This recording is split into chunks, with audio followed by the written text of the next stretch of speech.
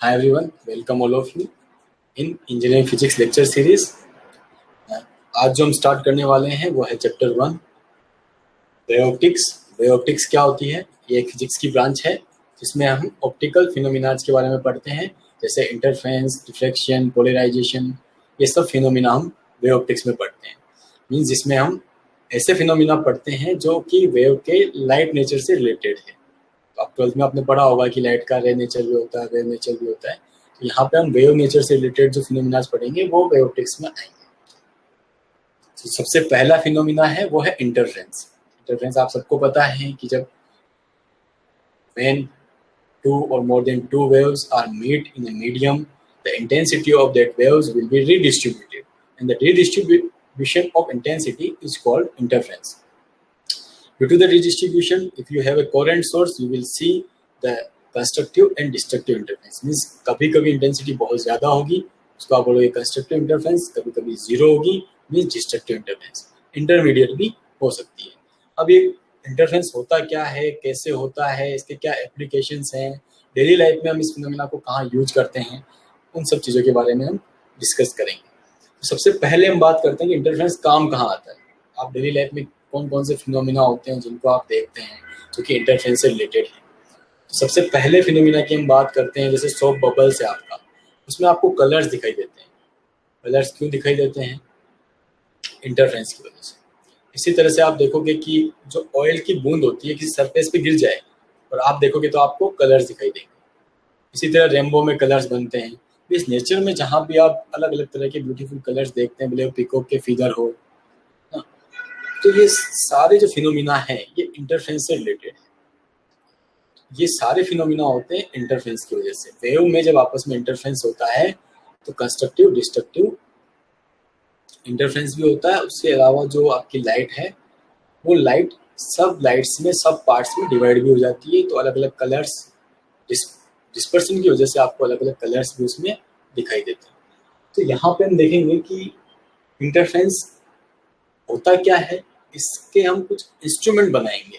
Instrument means यहाँ पे 2 instruments ऐसे हैं जिनको हम यहाँ पे हम बनाएंगे। हम देखेंगे कि हम फ्रिंजेस हम निकालेंगे उसमें से कि कंस्ट्रक्टिव कब होता है, डिस्ट्रक्टिव कब होता है। तो इंस्ट्रूमेंट हम यहाँ पे ऑलरेडी बनाए हुए हैं, एक का नाम है माइकलसन, एक का है न्यूटन। हम ट्राई करेंगे कि उनको हम कैसे बना सकते हैं, हम क्या कर सकते हैं कि हम इंटरफेरेंस को देख पाए, विजुलाइज कर पाए, वो हम डिस्कस करें। तो इंटरफेरेंस के रिलेटेड जो इंस्ट्रूमेंट्स हैं उनके किस प्रिंसिपल पे वो काम करते हैं, कैसे वर्क करते हैं, उनके क्या क्या अभी रिसेंटली क्या क्या एप्लीकेशंस उनके हैं, ये सब आपको समझ में आएगा जब हम समझ पाएंगे लाइट को कि what is the light, what is the nature of light and light क्या होती है। तो हम सबसे पहले बात करते हैं लाइट की। सबसे पहले हम बात करते हैं लाइट की, व्हाट इज द लाइट। उसके बाद हम इंटरफेरेंस को समझेंगे। लाइट को अगर हम देखने जाएं तो यहाँ पे जरूर हम बोले, यहाँ पे हम विजिबल लाइट की बात कर रहे हैं, बट लाइट जो होती है वो इंटायर स्पेक्ट्रा मीन्स आप स्टार्ट करोगे गामा रे से। सबने गामा रे का नाम सुना है, बहुत हार्मफुल होती है, हमारी बॉडी से पास हो जाए तो हमारी सेल जो होती है उनको डैमेज कर सकती है। क्योंकि गामा रेज की जो फ्रीक्वेंसी होती है, मतलब जो इनकी वेवलेंथ होती है, वो फ्रीक्वेंसी होती है, वो हमारी सेल का जो रेजोल्यूशन होता है बॉडी का उसी रेंज में होती है, तो उनको अफेक्ट करती है। गामा रे के बाद आती है हमारे एक्सरे। एक्सरे के बारे में भी सबने सुना होगा, मेडिकल साइंस में एक्सरे का बहुत यूज है। हमारी अगर बोन में फ्रैक्चर हो जाता है तो हम एक्सरे करवाते हैं, उससे हमारी बोन की इमेज बन जाती है, मांस की इमेज नहीं बनती जबकि बोन की बनती है। क्यों बनती है तो सबको अभी आइडिया नहीं होगा, बट अब जैसे हम पढ़ेंगे इसके बारे में आपको आइडिया लगेगा कि इसमें एक फैक्टर होता है रेजोल्यूशन। अगर आपकी बॉडी की सेल का रेजोल्यूशन इनकी रेंज में आता है तो ये इफेक्ट करेंगे, इनकी रेंज में नहीं आता है तो ये ऑटोमेटिक उससे ट्रांसमिट हो जाएंगे, उससे आर पार निकल जाएंगे, वो इफेक्ट नहीं करेंगे। अगर उसी रेंज में होंगे, उसी रेजोल्यूशन में होंगे तो इफेक्ट करेंगे। तो एक्सरे का कोई इफेक्ट नहीं होता क्योंकि हमारे मास से निकल जाता है, बोन से नहीं निकल पाता, तो वहां पे इसके इफेक्ट्स हो सकते हैं। तो ये गामा रे, एक्सरे। इसी तरह से और जो लाइट्स होती हैं, अल्ट्रावायलेट। अब अभी अल्ट्रावायलेट का बहुत यूज हो रहा है। अभी जब हम देख रहे हैं कि अल्ट्रावायलेट से हम बहुत सारे बैक्टीरिया को किल कर सकते हैं, कोरोना वायरस को भी हम इससे किल कर सकते हैं, तो अल्ट्रावायलेट के बहुत सारे एप्लीकेशंस हैं। फिर हम आते हैं अल्ट्रावायलेट के बाद जो रेंज होती है उसको हम बोलते हैं विजिबल रेंज। इसी रेंज में हम सारे फिनोमेना पढ़ने वाले हैं, विजिबल रेंज, विजिबल लाइट ना, इसी रेंज में हम सारे फिनोमेना के बारे में पढ़ने वाले हैं। This is related to S. फिर उसके बाद हम आते हैं विजिबल के बाद जो लाइट होती है वो होती है इंफ्रारेड। इंफ्रारेड के बाद माइक्रोवेव, माइक्रोवेव के बाद रेडियो वेव्स। अब आप सबको पता है इंफ्रारेड कहाँ पे यूज में आती है, सिक्योरिटी में आप इंफ्रारेड यूज करते हो। माइक्रोवेव कहाँ पे यूज में आती है, माइक्रोवेव का सबको पता है ना। माइक्रोवेव माइक्रोवेव आजकल बहुत ज़्यादा यूज में आ रही है, कुकिंग्स में आप बहुत ज़्यादा यूज करते हो। फिर रेडियो वेव, रेडियो वेव का तो यूज लिमिटेड है ही नहीं, क्योंकि हम सब मोबाइल टेक्नोलॉजी में रेडियो वेव ही यूज कर रहे हैं। तो ये पूरा एक स्पेक्ट्रम है, इसको हम बोलते हैं लाइट। कहाँ से, गामा रे से लेके और रेडियो वेव्स तक, ये पूरा एंटायर स्पेक्ट्रम, इसको हम बोलते हैं लाइट रेडिएशन। और ये कहाँ से जनरेट होती है, गामा रे कहाँ से जनरेट होती है, एक्स रे कहाँ से जनरेट होती है, अल्ट्रावायलेट कहाँ से जनरेट होती है, visible, infrared, microwave, radio wave आती कहाँ से है, कहाँ से मिलती है, इसके क्या सोर्स हैं, ये कैसे जनरेट होती है। तो ये सारी लाइट जनरेट होती है एटॉमिक वाइब्रेशन से। इलेक्ट्रॉन के एटम के जो वाइब्रेशन होते हैं उससे लाइट जनरेट होती है, क्योंकि एटम के वाइब्रेशन से या तो लाइट जनरेट होगी या हीट जनरेट होगी। तो लाइट जनरेट होती है, वो गामा रे जनरेट होगी, एक्स-रे जनरेट होगी, अल्ट्रावायलेट होगी, इंफ्रारेड होगी। वो डिपेंड करता है कि आपका एलिमेंट कौन सा है, एटम कौन सा है, उसके ऊपर डिपेंड करता है। आपका वो टाइप ऑफ मटेरियल कौन सा है, टाइप ऑफ एलिमेंट कौन सा है, उसके ऊपर डिपेंड करता है कि वो कौन सी रे जनरेट करेगा। इन जनरल जब एटम में वाइब्रेशन होता है ना, जो एटम है वो लोअर से हायर में जाता है या हायर से लोअर में आता है, तो फोटोन जनरेट करता है या हीट जनरेट करता है। ये जो वाइब्रेशन होते हैं इलेक्ट्रॉन के, इसकी वजह से ये अलग अलग तरह की लाइट फॉर्म होती है, गामा रे से लेके रेडियो वेव तक। अब हम बात करते हैं इसमें कि ये जो लाइट जनरेट हो रही है इसका नेचर कौन सा होता है, इलेक्ट्रोमैग्नेटिक। मीन्स इसके जो लाइट के वाइब्रेशन होते हैं वो इलेक्ट्रोमैग्नेटिक वाइब्रेशन होते हैं। मीन्स उसमें इलेक्ट्रिक वेक्टर भी होता है और मैग्नेटिक वेक्टर भी होता है। मैक्सवेल ने इसके बारे में बताया था और इसको इस तरह से हम ड्रॉ करते हैं। ये इसका इलेक्ट्रिक वेक्टर हो जाएगा, एक इसका मैग्नेटिक वेक्टर हो जाएगा, और दोनों एक दूसरे के परपेंडिकुलर होते हैं। आपका इलेक्ट्रिक वेक्टर और मैग्नेटिक वेक्टर क्या होंगे, दोनों एक दूसरे के परपेंडिकुलर होंगे।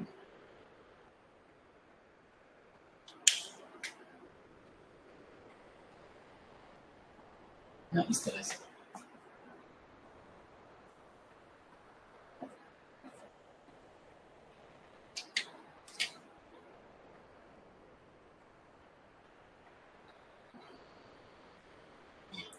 इस डायरेक्शन में जा रही है, इस टाइम टी पे इस डायरेक्शन में जा रही है, और ये सर्कल पोजीशन है।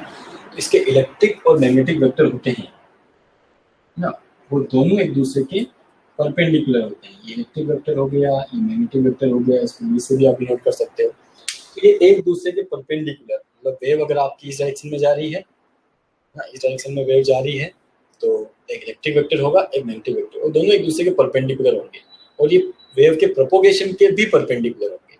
इस तरह का इनका नेचर होता है। इसको हम बोलते हैं ट्रांसवर्स नेचर। इसके जो वाइब्रेशन होते हैं लाइट के, वो ट्रांसवर्स होते हैं।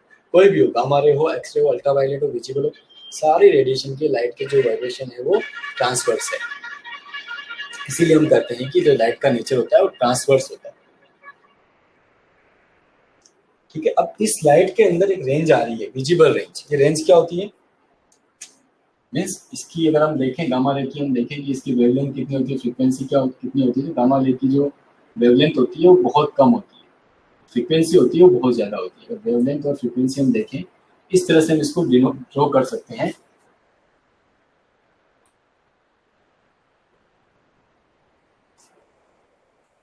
इस तरह से आप देखोगे कि इसकी जो वेवलेंथ है, यहाँ से यहाँ तक वेवलेंथ बढ़ती जा रही है और फ्रीक्वेंसी जो है वो कम होती जा रही है। इस फ्रीक्वेंसी और वेवलेंथ की रेंज में भी हम इनको डिनोट कर सकते हैं। मीन्स यहाँ पर हम देखेंगे तो 10 की पावर -14 मेगामीटर, और यहाँ पे आप मीटर 10 की पावर यहाँ पे देखोगे तो 10 की अप टू 10 की पावर 14 मीटर, इससे भी ज़्यादा, मतलब ये इनकी रेंज होती है। और जो विजिबल लाइट की जो रेंज होती है, अगर हम वेवलेंथ की रेंज देखें तो वेवलेंथ की रेंज होती है अप्रोक्सीमेट 400 नैनोमीटर से लेके 800 नैनोमीटर अप्रोक्सीमेट। इसको हम 350 टू 760 भी बोलते हैं, बट अप्रोक्सीमेट रेंज में देखोगे तो 400 टू 800 नैनोमीटर विजिबल लाइट की रेंज होती है। और इसी रेंज में हमें ऐसा फिनोमिना दिखाई देते हैं। फिनोमिना अदर रेंज में भी होते हैं, बट दिखाई कहाँ देते हैं हमें? इस रेंज। जो अलग अलग कलर्स दिखाई देते हैं वो सब हमें विजिबल रेंज में दिखाई देते हैं।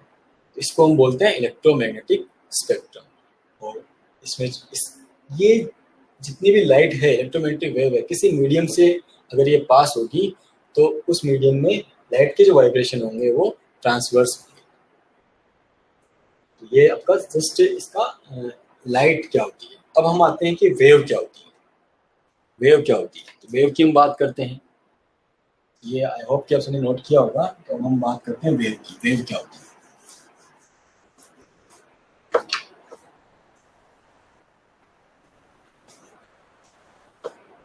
हम ये मान के चलें कि लाइट का जो वाइब्रेशन है वो आपका जीरो से स्टार्ट हो रहा है, कोई मैक्सिमम पॉइंट पे जा रहा है, वापस जीरो पे आ रहा है, फिर नेगेटिव जा रहा है, फिर जीरो जा रहा है।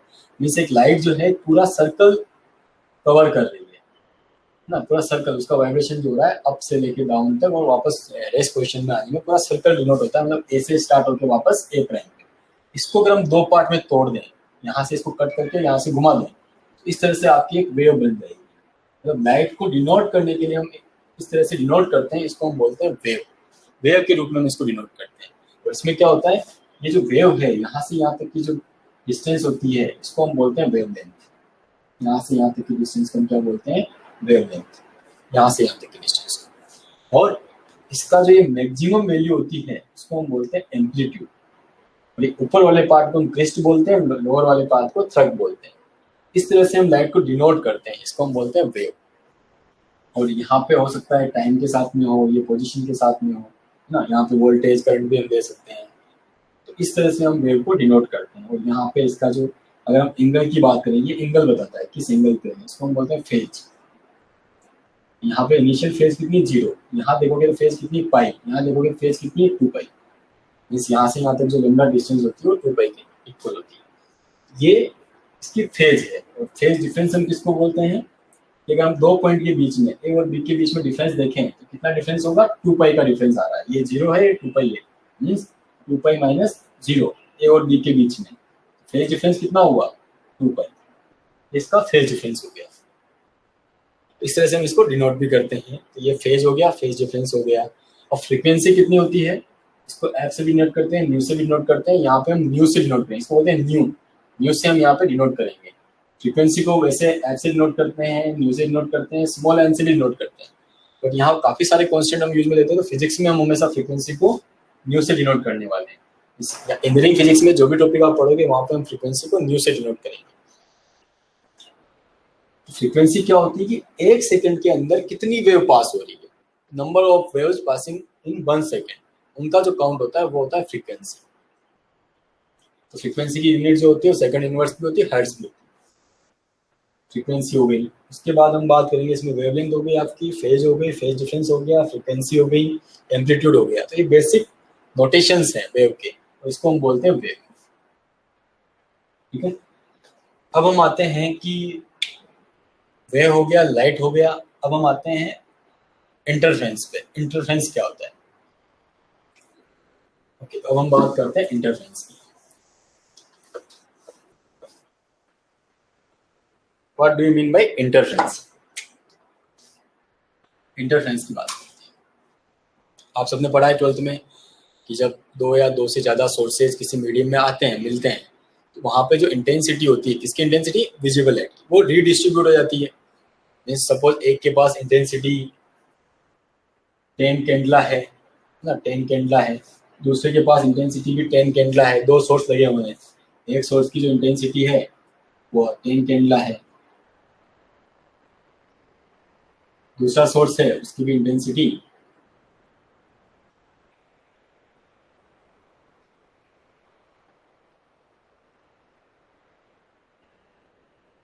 मान लिया 10 कैंडला, मतलब इससे एक वेव निकल रही है ना। इसकी इंटेंसिटी जो है वो 10 कैंडला है। इससे भी वेव निकल रही है, उसकी भी इंटेंसिटी कितनी है, 10 कैंडला है। और सपोज दोनों कोहेरेंट है ना, अब ये किसी मीडियम में आके मिलते हैं, इसकी भी इंटेंसिटी 10 कैंडला है। अब ये दोनों सपोज किसी मीडियम में आके मिलते हैं, अब इनकी इंटेंसिटी जो होगी आपस में, जब ये दोनों मिलेंगे, एक आपने यहाँ पे सोर्स चला दिया, एक सोर्स यहाँ पे चला दिया, मतलब 2 लाइट बल्ब आपने चला दिए, दोनों कोहेरेंट है। अब हम ये देखें कि अब इनकी जो इंटेंसिटी होगी, रिजल्टेंट इंटेंसिटी, वो क्या, या तो वो मैक्सिमम होगी, या वो मिनिमम होगी, या वो जीरो भी हो सकती है। अगर ये कोहेरेंट है तो जीरो भी मिल सकती है, मैक्सिमम भी मिल सकती है, और इंटरमीडिएट भी मिल सकती है। अगर ये इनकोहेरेंट है तो आपको मैक्सिमम मिनिमम नहीं मिलके एक जैसी इंटेंसिटी मिल जाएगी। तो हम देखते हैं, अब इनमें आपस में इंटरफ्रेंस होगा तो आपको रिजल्टेंट इंटेंसिटी कितनी मिलेगी, क्यों मिलेगी, कंस्ट्रक्टिव होगा या डिस्ट्रक्टिव होगा, रखना नहीं, समझना है इस चीज को, बहुत इंपॉर्टेंट है इसको। ये जो इंटेंसिटी आपस में सोर्स मिलते हैं तो इनका जो डिस्प्लेसमेंट होता है, सपोज एक का डिस्प्लेसमेंट y है और y1 है, दूसरे का y2 है, तो रिजल्टेंट डिस्प्लेसमेंट जो होता है y1 प्लस y2 होता है। इस लॉ को हम बोलते हैं लॉ ऑफ सुपरपोजिशन, जो कि आपने 12th में पढ़ा है। जो टोटल डिस्प्लेसमेंट होता है वो उनके इंडिविजुअल डिस्प्लेसमेंट के इक्वल होता है। ओके, अब हम बात करते हैं कि ये कंस्ट्रक्टिव इंटरफेरेंस, डिस्ट्रक्टिव इंटरफेरेंस अभी तक हम रटते हुए हैं।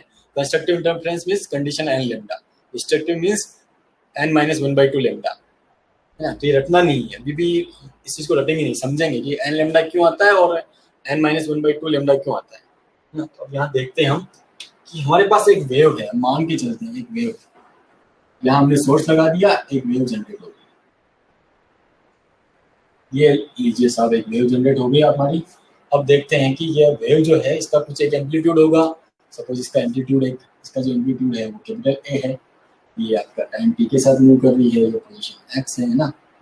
अब हम देखते हैं कि दूसरी वेव और आ रही है सेम, जैसे ये वेव जा रही है, और वो वेव भी कहां से स्टार्ट हो रही है, यहीं से 0 पॉइंट से स्टार्ट हो रही है, 0 पॉइंट से स्टार्ट।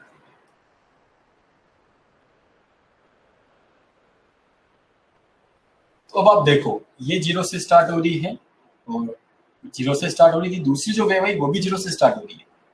इस पोजीशन पे क्या हो रहा है, क्रिस्ट को देखो, इसका क्रिस्ट और इसका क्रिस्ट दोनों सेम पोजीशन पे आ रहे हैं। थ्रग को देखो, इसका थ्रग और इसका थ्रग क्या आ रहे हैं, सेम पोजीशन पे आ रहे हैं।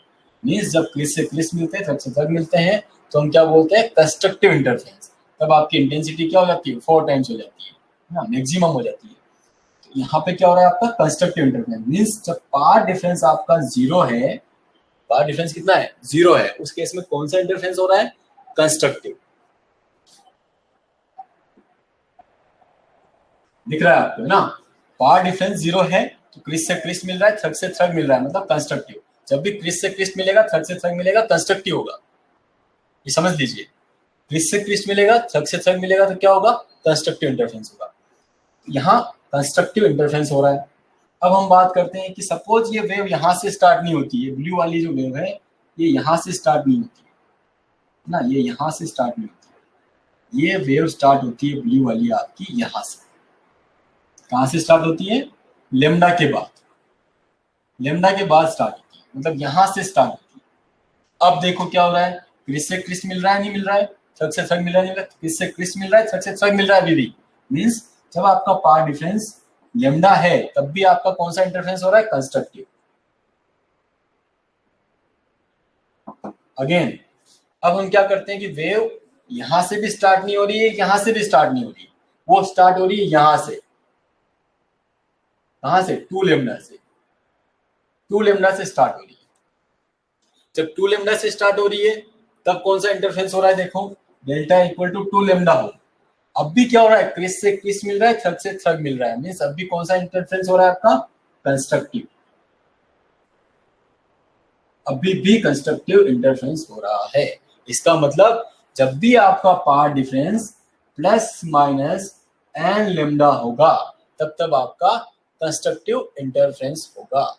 और फेज डिफरेंस की अगर आप बात करें तो फेज डिफरेंस फाई के रूप में भी आप देख सकते हो ना। फेज डिफरेंस अगर आपका प्लस माइनस 2n पाई, लेमडा को आप क्या रख दोगे, 2 पाई, 2n पाई होगा तो आपका कौन सा इंटरफेरेंस होगा, कंस्ट्रक्टिव इंटरफेरेंस। या n की वैल्यू क्या हो सकती है, 0 हो सकती है, 1 हो सकती है, 2 हो सकती है, 3 हो सकती है, ऐसा आपको रखना नहीं है। n लेमडा कैसे आया, n लेमडा होगा तभी आपका कंस्ट्रक्टिव इंटरफेरेंस होगा। क्रिस से क्रिस्ट मिलेगा, थ्रग से थ्रग मिलेगा, अदरवाइज नहीं आएगा। तो ये क्या हो गया आपका कंस्ट्रक्टिव, रखना नहीं, कंस्ट्रक्टिव इंटरफेरेंस। अब हम बात करते हैं सेकंड वाली, डिस्ट्रक्टिव। डिस्ट्रक्टिव कैसे होता है, कंस्ट्रक्टिव समझ में आ गया आपको। कंस्ट्रक्टिव में क्या होना चाहिए, क्रिस से क्रिस मिलना चाहिए, थ्रग से थ्रग मिलना चाहिए। कंस्ट्रक्टिव कब होगा, जब आपका path difference 0, lambda, 2 lambda, 3 lambda, 4 lambda है ना, minus lambda, -2 lambda, plus minus n lambda होगा, तब आपका कंस्ट्रक्टिव इंटरफेरेंस होगा। अब हम बात करते हैं डिस्ट्रक्टिव की। डिस्ट्रक्टिव इंटरफेरेंस, डिस्ट्रक्टिव इंटरफेरेंस क्या होता है, फिर से हम एक वेव ले लेते हैं ना, एक वेव है ये, ठीक है। अब एक दूसरी वेव हम लेके आते हैं। अब हमने देखा था कि 0 से स्टार्ट करते हैं तो कंस्ट्रक्टिव होता है। अब हम 0 से स्टार्ट नहीं करते हैं, अब हम क्या करते हैं, λ/2 से स्टार्ट करते हैं। कहां से, λ/2 से, यहां से दूसरी वेव को स्टार्ट करते हैं।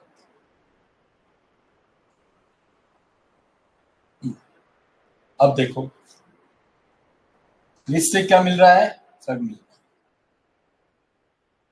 क्रिस से क्रिस नहीं मिल रहा है। जब आपने पार्ट डिफरेंस जो है डेल्टा λ/2 ले लिया, अब क्या हो रहा है, क्रिस से थ्रग मिल रहा है, कौन सा इंटरफेरेंस हो रहा है, डिस्ट्रक्टिव। इंटेंसिटी कितनी हो जाएगी, 0। डिस्ट्रक्टिव इंटरफेरेंस के केस में इंटेंसिटी कितनी हो जाएगी आपकी, 0, जब पार्ट डिफरेंस क्या हो, λ/2। अब हम देखते हैं, इसको यहां से स्टार्ट नहीं करते हैं, इसको थोड़ा और आगे से स्टार्ट कर देते हैं। कहां से, यहां से, यहां से स्टार्ट कर देते हैं। अब बताओ कौन सा इंटरफेरेंस हो रहा है, अभी भी डिस्ट्रक्टिव। मींस पार्ट डिफरेंस जब आपका 3 λ/2 हम रखें तब भी डिस्ट्रक्टिव, 5 λ/2 रखें तब भी डिस्ट्रक्टिव। जब भी आपका path difference λ/2, 3 λ/2, 5 λ/2 means 2n ± 1 λ/2, here n equal to 0, 1, 2, 3 and so on। जब भी आपका पार्ट डिफरेंस होगा वो 2n ± 1 λ/2 होगा, तो कौन सा इंटरफेरेंस होगा, डिस्ट्रक्टिव इंटरफेरेंस होगा। इस तरह से आपका कंस्ट्रक्टिव एंड डिस्ट्रक्टिव, कंस्ट्रक्टिव में इंटेंसिटी मैक्सिमम, डिस्ट्रक्टिव में इंटेंसिटी 0, इस तरह से कंस्ट्रक्टिव और डिस्ट्रक्टिव इंटरफेरेंस होते हैं।